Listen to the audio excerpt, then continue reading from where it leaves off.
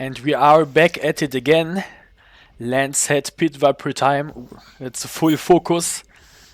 Very nice. That was a good strike from her. Always holding on for a second or two to ensure that enough venom is delivered. Ooh, look at the mouse. He is feeling that venom. That's what we like to see. Again, this is the Bothrops atrox, the common lancehead pit viper. However, this particular color variant was considered at some point a separate species, the Bothrops columbiensis, but they found out that it is only basically a color variant and genetically identical with the common lancehead pit viper. But you can tell how beautiful she is with that bright coloration. Again, that's not typical for lancehead vipers. Usually they have kind of a dark brown color. But let's move on to the next snake. We got plenty of action ready for today. So get ready for this one. Boom. It's Mr. Helleri. And he always delivers. As you guys are used to. Look at that. That's that super fast acting venom from him. The second it hits the system of that mouse, it already gets put to sleep.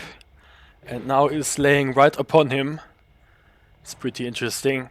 I keep explaining that the Crotalus helleri, the southern Pacific rattlesnake, have to be easily one of the most potent rattlesnakes in North America. They have a strong neurotoxic component within their venom, very comparable to that of the Crotalus gutulatus, which was considered the most toxic snake drop for drop in the US, at least in regards to vipers. The coral snake is actually more venomous drop for drop, but it is much less dangerous since they are very docile in temperament and not as bitey. So, let's continue with even more rattlesnakes. This is Mr. Ornatus. Look at him. Boom. He took his time there. Usually he is right on these mice the second they get thrown in. And he doesn't bother too much with getting in an accurate strike, but he is kinda stretched out looking right there, see? Usually he's just laying there coiled up, or whatever. But these are commonly called the black-tail rattlesnake, and you can nicely tell why, with that pitch black tail. And the very small rattle in the end is a bit unfortunate, because he used to have a huge, very impressive looking rattle, see? It's kinda quiet and high-pitched sounding now that it broke off. And that's the reason why it is so short. And the thing is, with the rattlesnakes, they grow one segment of the rattle with each shed. So it does take a long time to get a nice big rattle. They are born with only a single segment, and then again, with each shed they get one added, but it can break off at any time. It's not that common in captivity, but it sometimes does happen, and I don't even know why. And it happened recently with him, and I was kind of mad about it because he had such a beautiful rattle. But whatever. You can tell that mouse is feeling the venom though. See, it's crawling around, definitely affected by that hemotoxic venom these black-tail rattlesnakes got. So it is nothing special for a rattlesnake. Ooh, look at that. Little yawn from him. We always like to see that. He has some sizable fangs on him for sure. He has maybe 90 centimeters in length, which is pretty much 3 feet.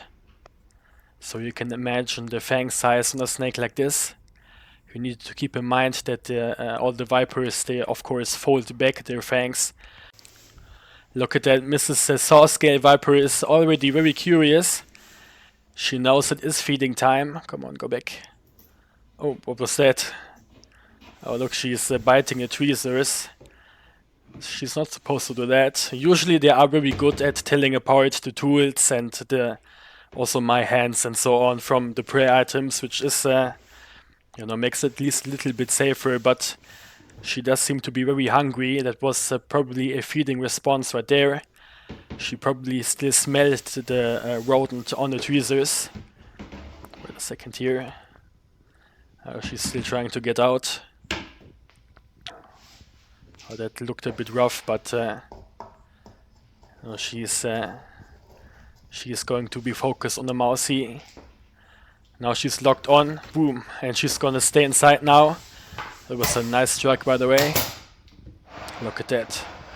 Again, this is the saw-scale viper, the Echis carinatus, which is probably the most common and well-known species of saw-scale viper.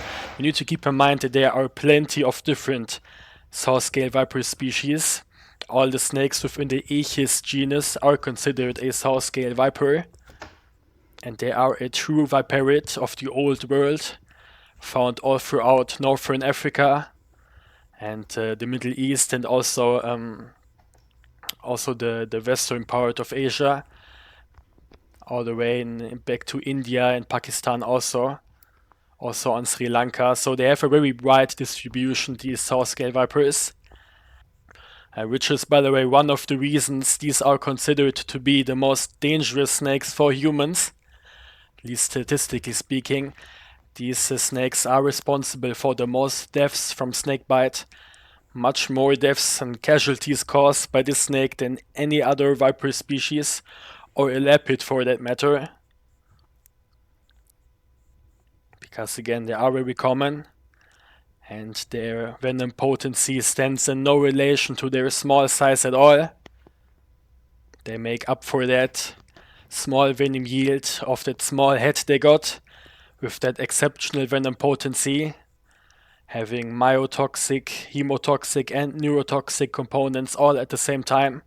Basically a cocktail of all kinds of different venom components, which also may vary depending on the exact locality of saw-scale viper and saw-scale viper species, of course, we are talking about. But that also makes their a bite victim very difficult to treat, because you can't really know what kind of components you have to react to and what kind of symptoms are going to appear, and you have to react to the symptoms popping up in time, which of course is very difficult even with like trained medical staff, And there is a anti-venom available. One was developed, and it's also effective to some other true vipers like the Echis species. But the thing is, with the saw-scale viper venom, it's actually so strong and unpredictable that there were several cases known where people who were bitten and which have received proper medical attention and anti-venom in time still passed away from the symptoms. So they are no joke, even though they are relatively small and often very docile in captivity, at least the captive-born ones.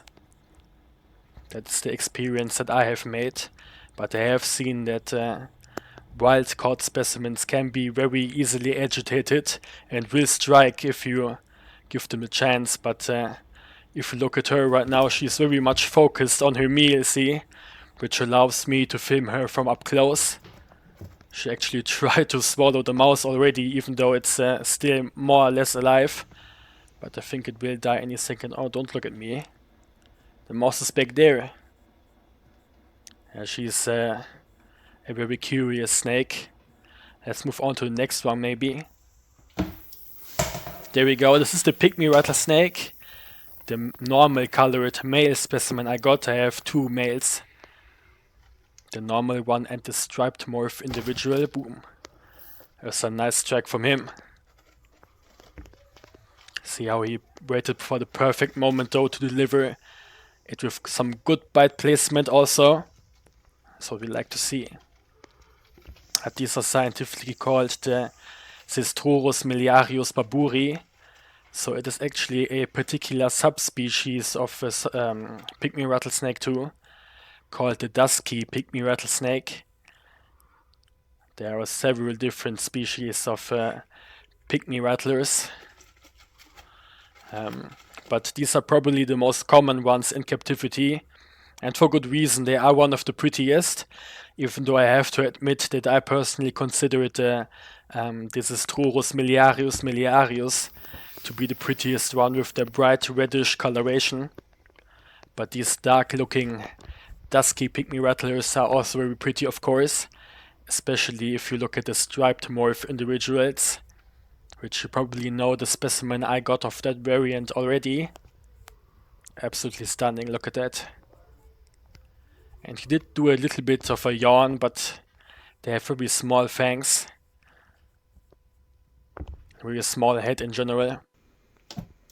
So, and last but definitely not least, we got a bit of bonus footage, which I did record back at the old place. Ooh, look at that. It's Mr. Russelii, the Russels viper. And again, this is old footage, or not really old footage, but again, recorded back at the old place, and I didn't post it yet. So no live commentary for this one, but I did manage to capture not only this very energetic strike from him, but also how he is going to swallow that mouse right away after, because you know Mr. Russelii has a big appetite. Ooh, look at that. I think he tried to strike at it 3 times already. He must have been hungry. Usually he is certain that a single bite will do the job, but today he is going all in, it seems. Very interesting. But look how beautiful he is still looking, with that nice complex pattern they got going on. It's kind of interesting. The German name for the Russels vipers, a Kettenviper, is a reference to that very impressive looking pattern.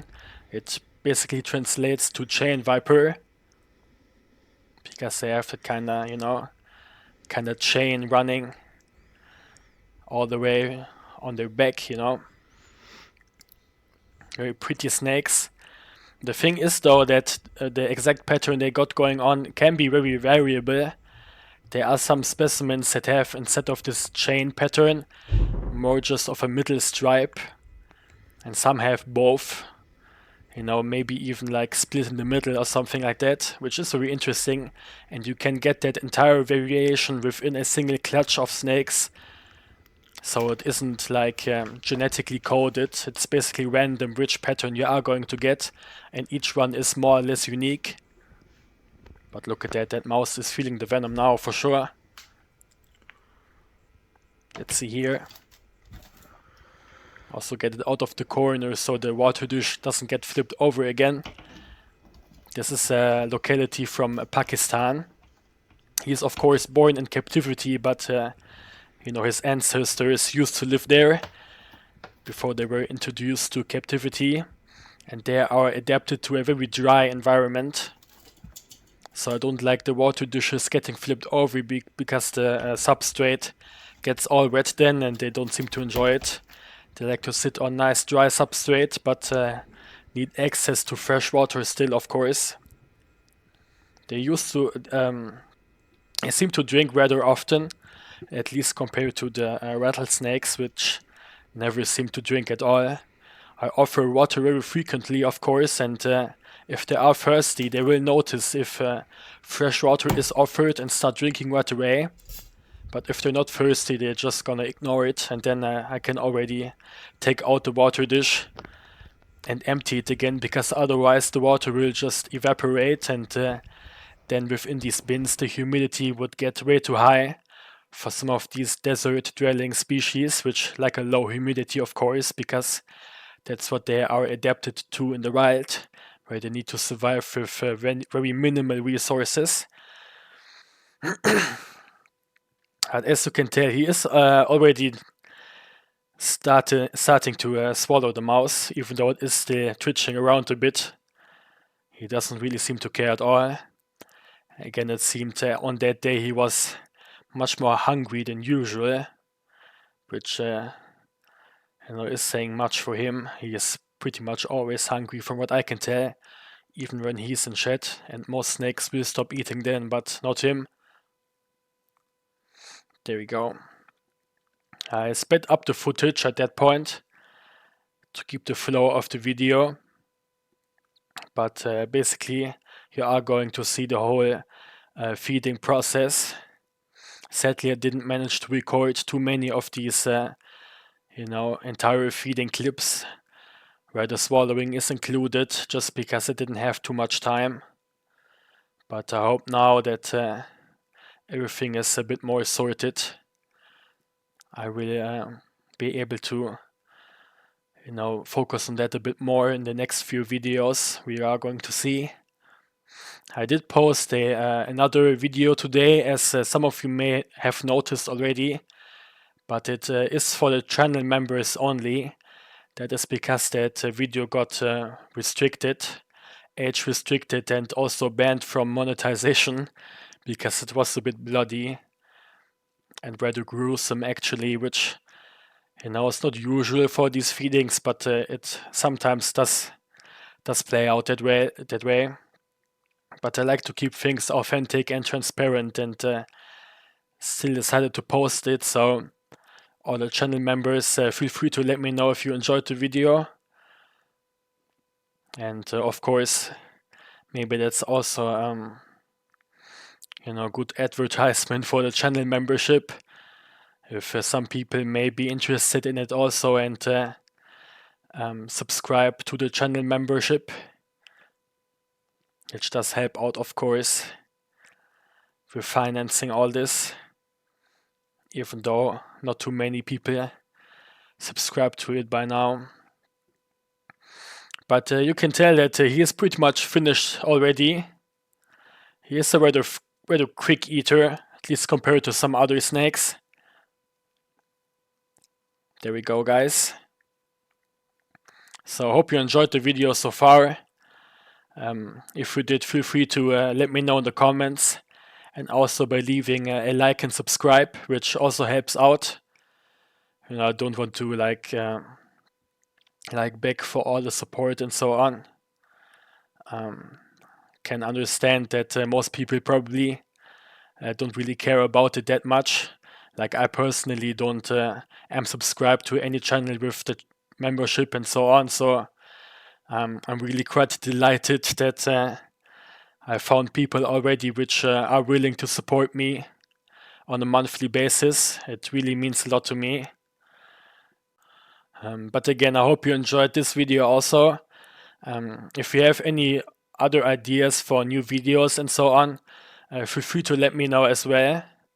The channel members already recommended to me to do maybe an FAQ video in the future. So if you have any questions towards me, just write them in the comments, and if they are interesting enough that maybe more people would be interested in it, then I will consider answering them specifically in a FAQ video. But I will ask people to write some questions at another point also, maybe more at the beginning of a new video. So maybe just let me know if you would be interested in such FAQ content in general. But this is going to be it for today.